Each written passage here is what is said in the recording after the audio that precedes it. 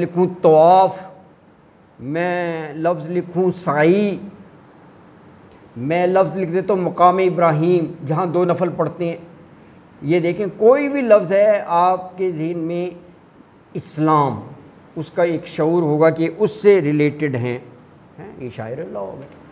اسی طرح یہاں پر جو ہے حاجیوں کا ذکر ہے، یہ سب شاعر اللہ ہیں. آمین، حاجی وہ کہتے ہیں نا جو ارادہ کرتے ہیں ادھر بیت اللہ کی طرف جانے کا، اور قربانی کے جانور کو ہدیہ کہتے ہیں، سب شاعر اللہ ہو گئے.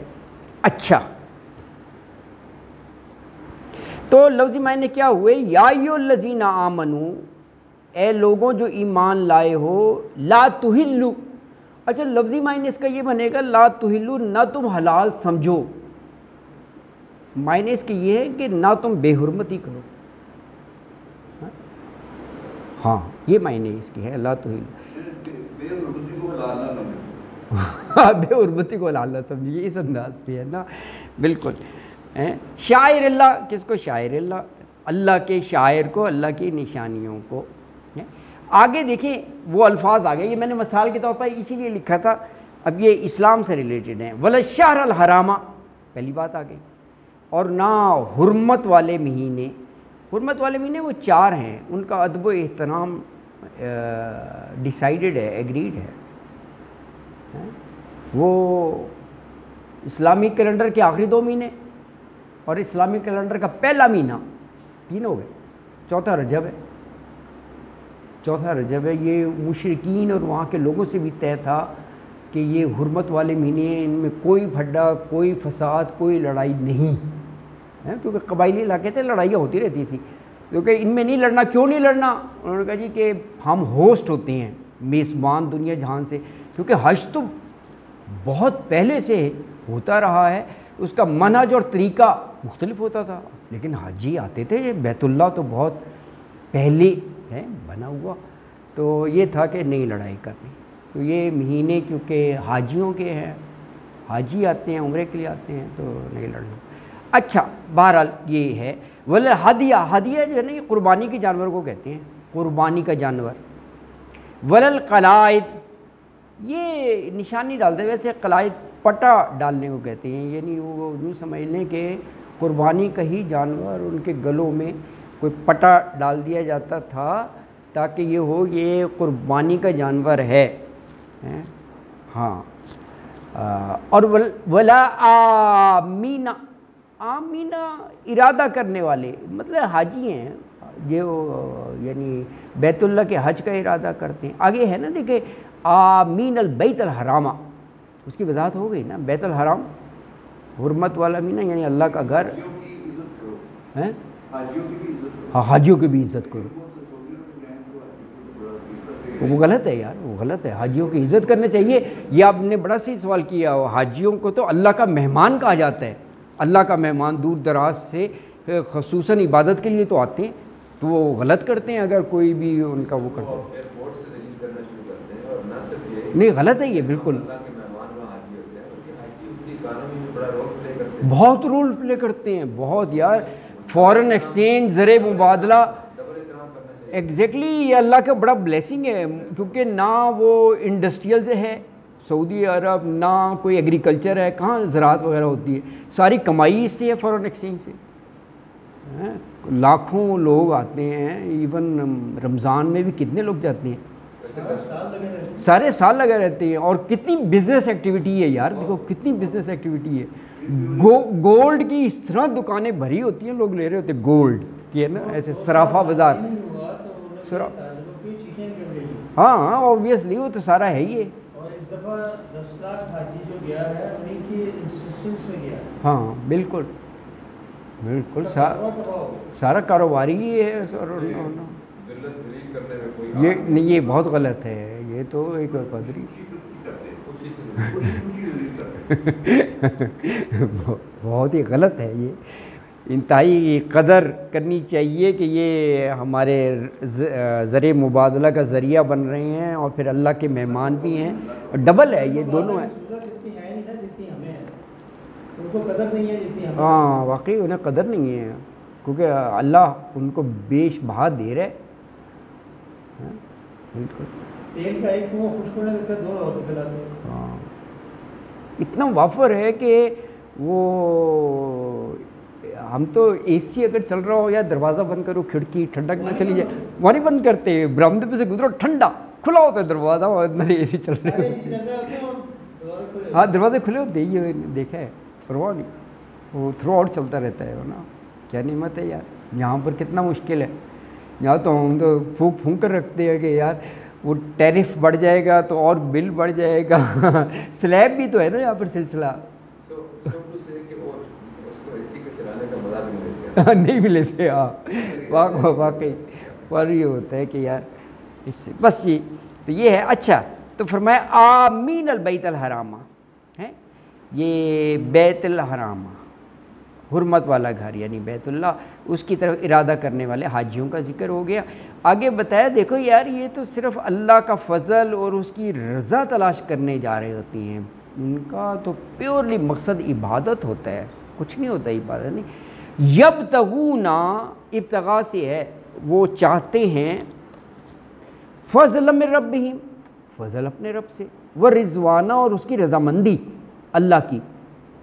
اچھا اوپر دیکھیں کیا کہا تھا کہ محل الصید وانتم حرم، احرام کی حالت میں شکار حلال نہیں ہے۔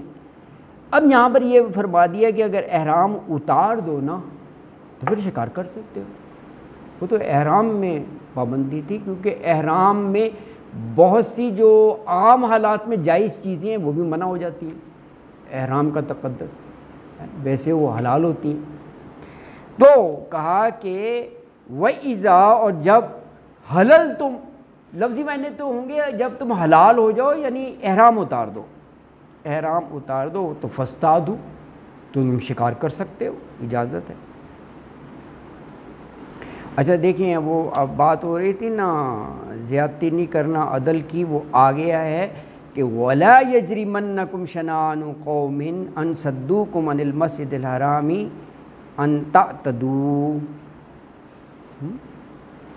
یہ دیکھیں اہل ایمان سے خطاب چل رہا ہے نا، اوپر تھا نا شروع میں یا ایھا الذین آمنوا، تو یہ دیکھیں اس میں یہ بھی آ گیا کہ اگر پہلے انہوں نے ظلم و ستم ڈھائے ہیں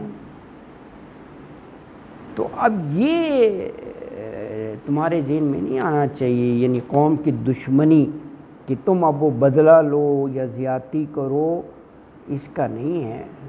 کہا ولا، اور نہ یجرمنکم، ابھارے تم کو، پرسویٹ کرے، اکسائے، شنآن قوم، دشمنی کسی قوم کی، کہ ان صدوکم عن المسجد الحرامی، یہ کہ صدوکم، انہوں نے روکا تمہیں، عن المسجد الحرامی، مسجد حرام سے، ان تعتدوا، یہ کہ تم زیادتی کرو ان سے ہے۔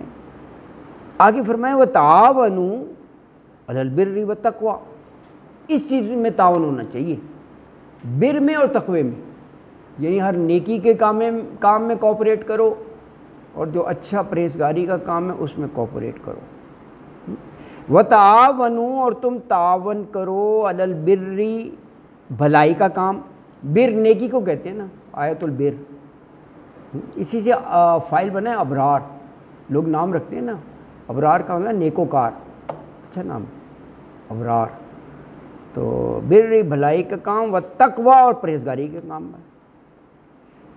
ولا تعاونوا علی الاسم والعدوان، یہ لا آ گیا، اور نہیں تعاون کرنا علی الاسم، اسم گناہ، والعدوان زیادتی، کوئی بھی گناہ اور زیادتی کے کام میں۔ واتقوا اللہ، اور تم ڈرتے رہو اللہ سے، ان اللہ شدید العقاب، بے شک اللہ تعالی عقاب، عذاب دینے میں بڑا سخت ہے۔ تو یہ دوسری ہی آیت ہے، اس میں ارشاد یہ فرمایا، اہل ایمان سے کہا کہ ایک تو دیکھو شاعر اللہ جو ہے نا، اللہ کی نشانیاں، اس کی بے حرمتی نہیں کرنی تم نے، اور تھوڑی سی آگے وضاحت یہ آ گئی کہ نہ تو یہ جو حرمت والے مہینے ہیں ان کی بے حرمتی کرنی ہے، نہ قربانی کے جانوروں کی کرنی ہے جو حرم میں لائے گئے، اور قربانی کے جانور کہا کہ ان کے گلے میں قلائد نشانی کے لیے پٹے ہوتے ہیں، اور کہا کہ نہ حاجیوں کی بے حرمتی کرنی ہے جو آمین البیت الحرام ہے، جو اللہ کے گھر کی طرف جانے والے. اور دیکھو ان کا مقصد بھی بتا دیا حاجیوں کا کہ یبتغون فضلا من ربہم ورضوانہ، وہ تو اپنے رب کا فضل اور اس کی رضامندی تلاش کرنے کے لیے نکلے ہیں. ان کا تو مقصد صرف یہ ہے، عبادت ہے. اور پھر یہ اوپر جو منع کیا تھا وہ واضح کر دیا کہ جب تم احرام کی حالت سے باہر آ جاؤ، یعنی احرام اتار دو تو شکار کر سکتے ہو. اور پھر آگے یہ واضح کر دیا کہ جس قوم نے تمہیں مسجد حرام سے روکا نا، اس کی دشمنی جو ہے تمہیں اس بات پر نہ اکسائے، ابھارے کہ تم ان سے زیادتی کرنے لگو. اب تمہیں فاتح بنا دیا، اب تمہارا وہ ہے، تو یہ ایسا نہیں ہونا چاہیے کہ اسے ریونج لیا جائے. کہا بلکہ تمہیں تو چاہیے کہ علی البر والتقوی، نیکی اور تقوی کے جو کام ہیں اس میں ایک دوسرے سے کوآپریٹ کرو، مدد کرو، نیکی اور پرہیز کریں.